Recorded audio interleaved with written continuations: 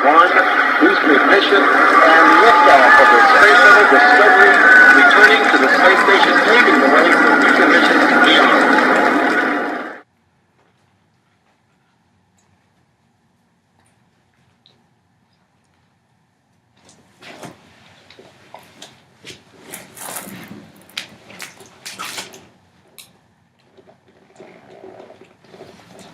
I'm so happy that we finally made it into space after all these years of training. Couldn't agree more, Lieutenant Arrington. The only problem is it's going to be hard gagging down all this food. Yeah, I definitely prefer a burger or freeze-dried peas. Hey, at least peas aren't till dinner. I know what you mean. Yep, it's freeze-dried beef stew for now. Ugh. That's disgusting. Disgusting. Disgusting. Disgusting. Disgusting. Disgusting. Disgusting.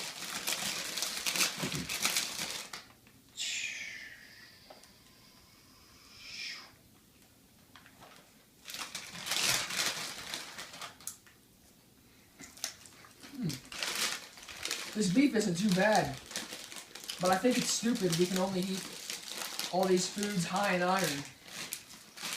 Yeah, but apparently without iron in the food, we have a chance of death. I have heard of that. Some people say that when you travel up into space, you end up with more iron than you need, or your blood volume increases.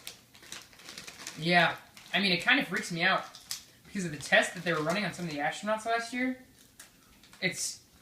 They took samples of their blood and urine, and it showed the opposite.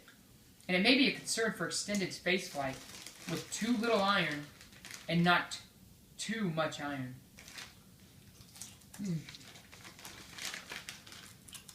That does make sense. Due to all the lost lives of astronauts, you know? Same with your bones. When people go into space, they weaken, and when they get back to Earth, it can create a bigger risk of bone fracture. Yeah, that's why we have to eat so healthy. All this protein needs to build our muscles up so we aren't too weak and we can lift stuff up.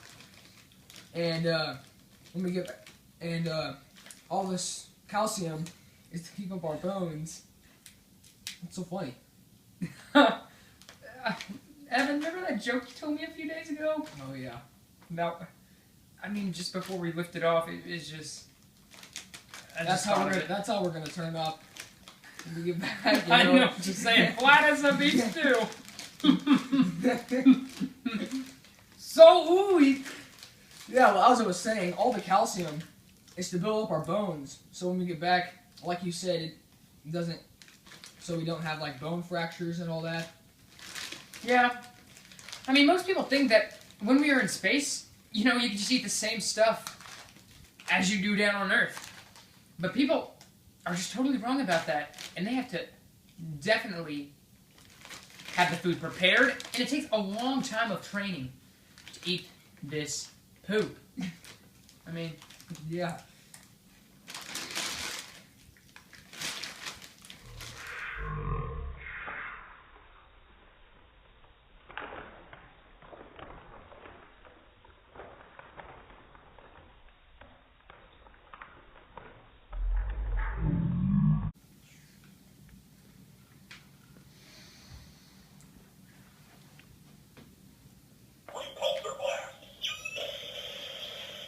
What was that?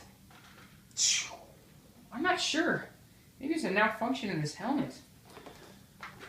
Well, anyway, after changing that left part in the space station, my head is really starting to hurt.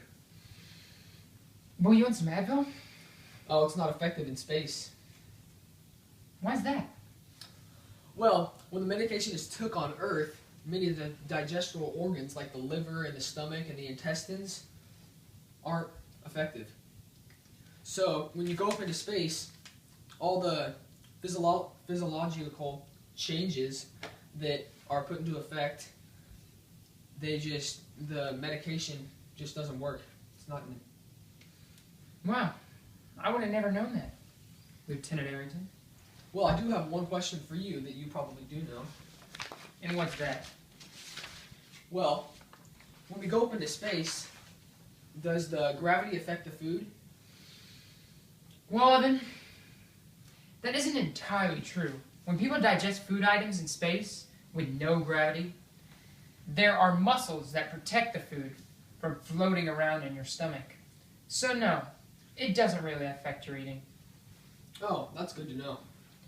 Yeah, I mean, we should probably get back to the parts in the repair. Okay, let's head over there.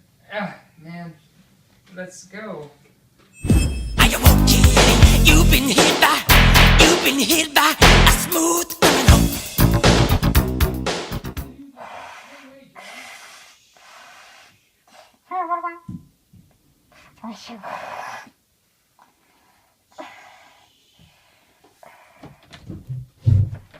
What is that?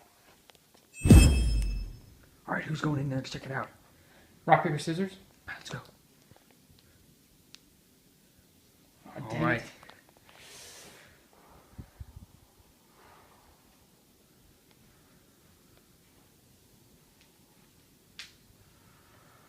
Anyone in there?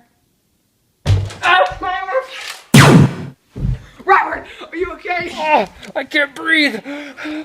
Robert. The